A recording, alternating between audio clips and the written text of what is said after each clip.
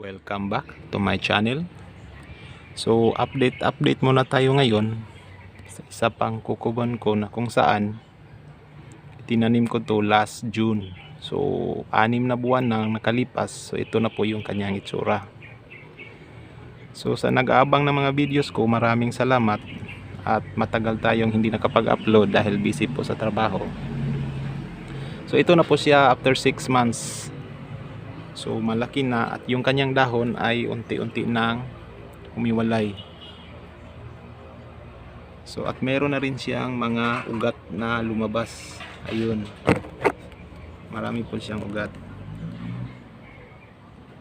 So panahon na siguro para tanggalin na natin itong plastic. Ito para po ma-expose yung kanyang ugat. Siguro marami na siguro siyang ugat dito sa loob at kaya na niya itong pasanin yung kanyang bao dahil malaki. So may mga videos ako dito, mga updates tong para dito. So kung hindi nyo nakita yun, maaari nyong panoorin kung paano ko ito sinimulan hanggang nagkaganito. So ayan. So tatanggalin na natin yung plastic.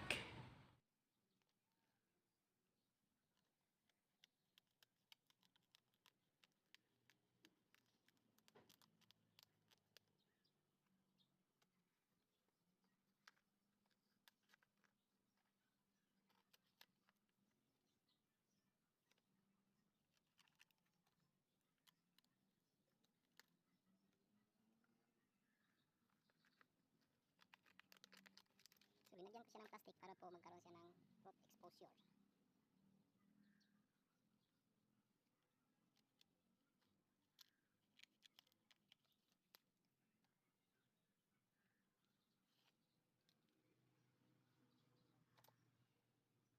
ayan. So natanggal ko na yung plastic. Susunod naman ay tatanggalin natin itong, lilinisin natin, tatanggalin natin itong garden soil. Sana marami ng ugat.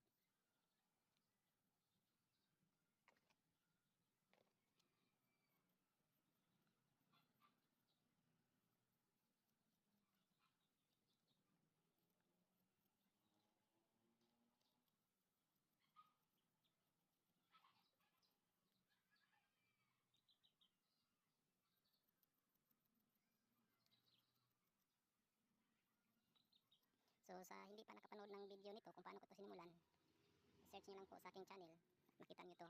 Makita nyo doon kung ano ang ginawa ko dito at paano ko ito tinanim.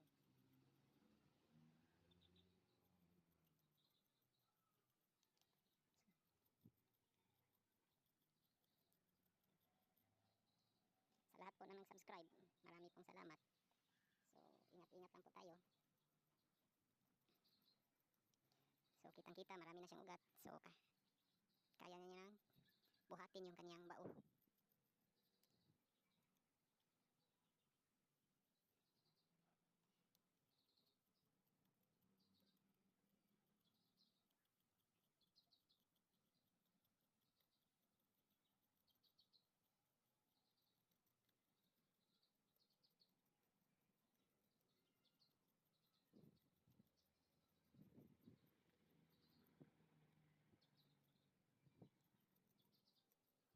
So ayan, nalinis na. Natanggal na yung lupa or garden soil.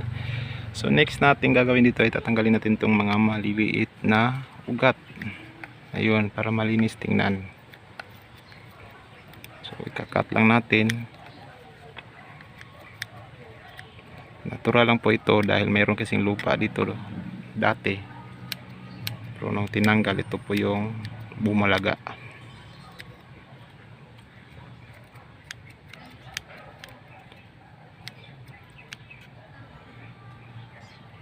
So ayan, konti na lang.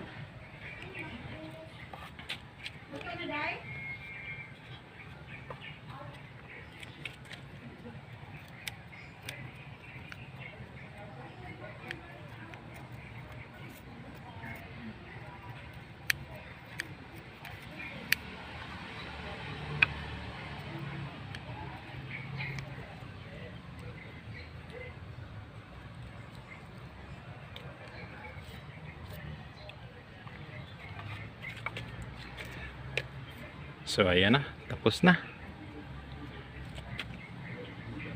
So sa lahat na nag-subscribe, maraming salamat. Keep safe everyone.